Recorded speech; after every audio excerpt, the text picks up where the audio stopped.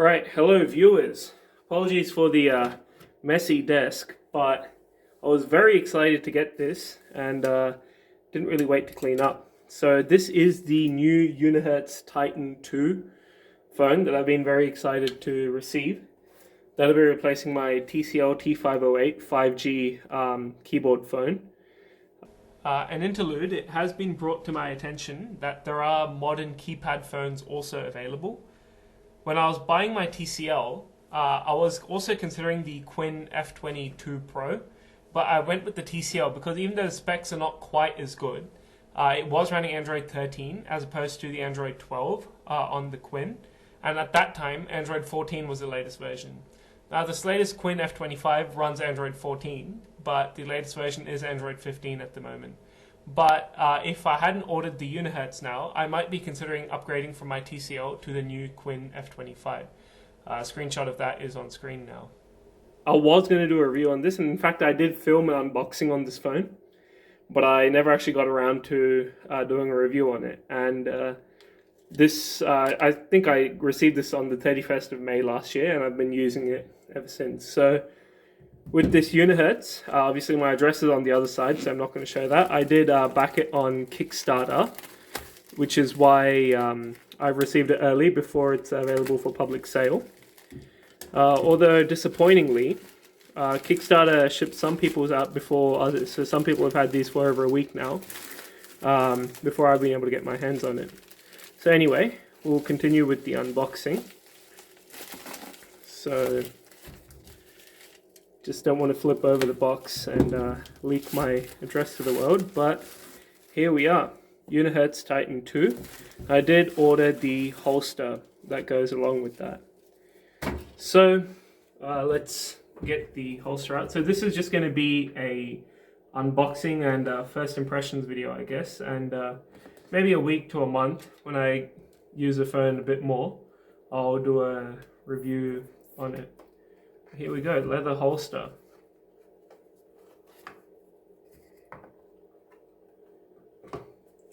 Wow, this is a bit bigger than I expected, to be perfectly frank.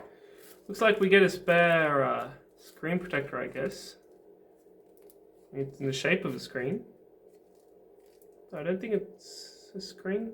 No, it is a screen protector. There is a film that I can start undoing. Yeah, this is actually quite big. I wonder how big the phone will be, because this phone is, the box is very large for a smartphone box. So we'll see what they've given us inside it. Plastic foam. There's the holster. Guess I'll save that, and I'll keep this for future use in case I ever need to put I believe the phone comes with a screen protector, so if I need a replacement, I've got one there, and put that to the side, and we'll get this open.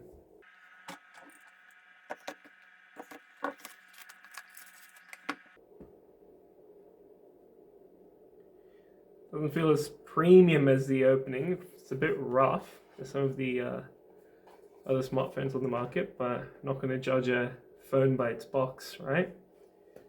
Designed by Unihertz. Here we are. Man, that is very big. I didn't realize it was going to be quite this big. I was imagining, my uncle's BlackBerry and so forth. This is a fair bit bigger than that. We have some instructions, another screen protector, SIM removal tool, and because they reached the Kickstarter extended goal, we do get a TPU case to go with it. It is TPU, but it's got a bit of a leather texture on the back. And we'll get this out. And we get European, I think. I think they also use this in like India. We get an incorrect charger for Australia, but I guess when you've got a niche company like this, we're not going to get chargers for every region. Although Australia uses the same plug as China, and it is a Chinese company, so who knows. We do have customers, I'm sure they do have other customers in Australia and New Zealand where we use our style of plug. USB-C to C cable, and we actually, one of my concerns with the phone was that it didn't include a headphone jack. I still think on a phone this big, there is no reason we couldn't have gotten a headphone jack, but at least they do give us a USB-C to headphone adapter. So we'll get the phone out. Now, there have been reports of some glitches with this phone where there's like ghost typing, is what they call it. And that appears to happen when you've got a SIM card inside. So to start off with, I'll just turn it on, do a software update that they've already patched the issue. And then we'll start, I'll put my SIM card in. Man, this is very big actually. Here's my TCL T508N. It probably doesn't look it on camera, but the difference in width, it's a very, very wide phone. So we'll see how the ergonomics go. Yeah, I'm kind of struggling. I'm not sure if I could type one-handed on this. I'm kind of struggling to reach the Q and A there.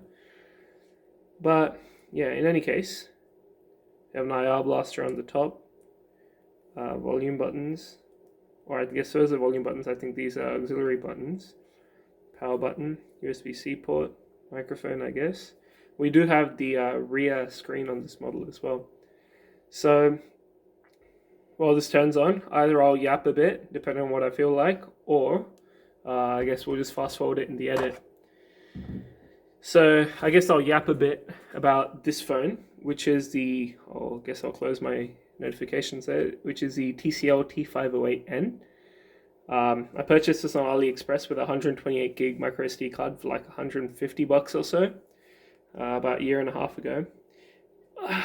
It's okay for what it is. It is 5G, and like I knew the specs were going to be a little weak. Oh, we're already here. Let's change that to English traditional.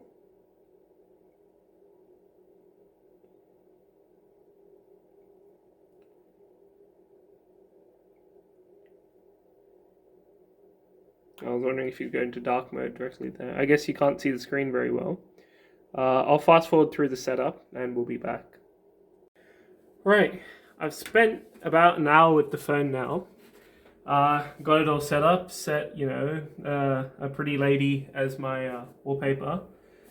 But yeah, the thing that really stands out with this phone is just how big it is. So I've got an original Game Boy here, and if you look at its footprint, it's actually almost exactly the same. It's a hair wider, and it's just a hair narrower, but it's almost exactly the same as an original Game Boy. Of course, it's much thicker. Now I haven't had to play around with the second screen yet.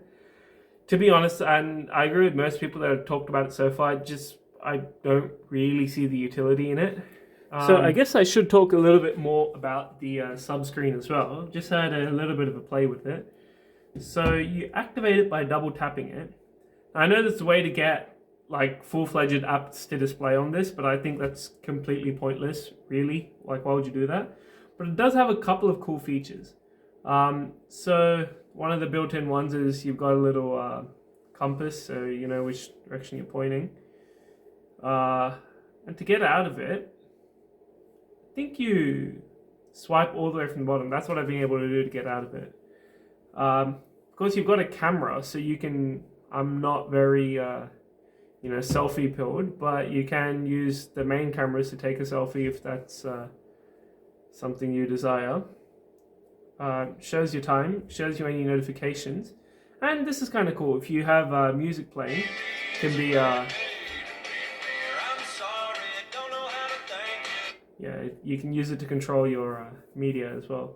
But yeah, realistically, I think it's more of a gimmick. It's not much practical use to this. I don't know. Maybe I'll grow into it, because I know some people always have their always on displays for their time, things like that. I never did that, but also that's because I always used cheap phones that didn't have that feature because they didn't have OLED panels and things like that. So yeah, we'll see. You'll find out more about what I did with it in the full review, but at the moment I don't really see much advantage to it. But yeah, this is just enormous. Now there's a couple of cool features with this. one that's pretty cool but not implemented the great is scrolling with the keyboard. So if I go into Firefox here, for example, I'll just go to Google, but I'll load the desktop site so you can see, and I'll zoom in. Now you can scroll up and down with this. You can scroll left and right. You can't really scroll up and you can't scroll up and down and left and right at the same time, so you can't do like circle motions. And it's just a little bit jerky and disconnected. It doesn't work quite as well as I would have hoped.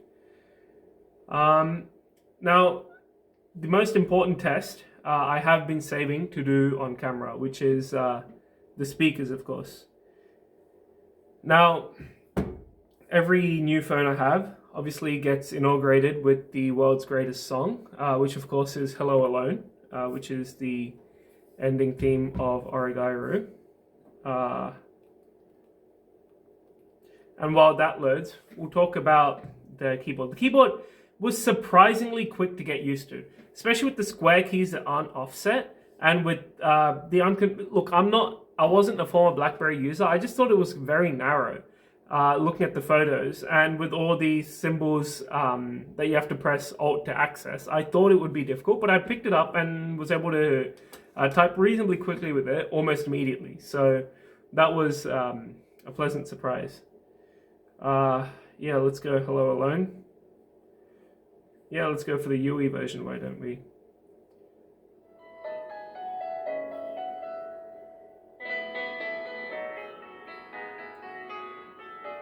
Yeah, we don't have sound coming up from the top, we just have sound coming from the bottom speaker.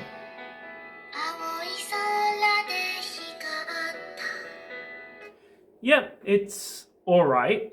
It's not the loudest I've heard, certainly nowhere near as loud as, say, an iPhone, but it's about what you'd expect for a phone in this price range. It gets a little bit distorted at max volume, but yeah, that's alright. I also just wanted to show, while I'm just rambling here and yapping on, you look like an absolute gangster, I think, if you pull up with this on your belt buckle, and you pull out this massive phone out of here. And yeah, that's just the main thing. When I was originally looking at the specs, I thought, look, I am aware of how you get more screen area for a given screen diagonal with a square aspect ratio compared to a rectangular one. But I just didn't realize just how big it was going to be, because I thought, look, we're all used to sort of 6-inch phones these days. And the 4.5-inch screen I thought might have been a bit small. That's just not the case. It's absolutely enormous, and it's fantastic to be using. But yeah, again, I've only spent about, an hour with the phone so far. It seems to be working well enough. I've logged into, most of my things. That's the other thing I wanted to talk about, which is the transfer between Android phones. Now, I used the cable that Unihertz gave to plug my new phone into my old phone. That didn't seem to work. And look, I haven't checked if this cable does data or just power. I suspect it probably does data, and it's just my previous phone, the TCL T508N, is such an obscure, weird Chinese thing. But yeah, I ended up doing the wireless transfer. I usually just set up my new phones from scratch, but I thought I'd try the Android transferring the files to your new phone feature. It worked reasonably well. All my apps were here. One more thing I should mention is that I did install the software update to fix the Ghost Touch issue. I haven't had any issues in the hour or so that I've used it. And I've put my Optus SIM card in here. Now, Unihertz officially did say that only Telstra is supported and the other carriers may not work. I put my MASIM SIM card in here, which uses the Optus network in Australia, and had no issues with that. But yeah, that's pretty much my unboxing and initial impressions of it. It's surprisingly comfortable to use. The keyboard learning curve is pretty quick. And yeah, it's just much, much bigger than you might think when you first look at it. So yeah, I think that'll probably do it for this video. And yeah, stay tuned. I'll probably post a longer term review of it in sort of a week to a month time frame. And I'll look forward to seeing you then.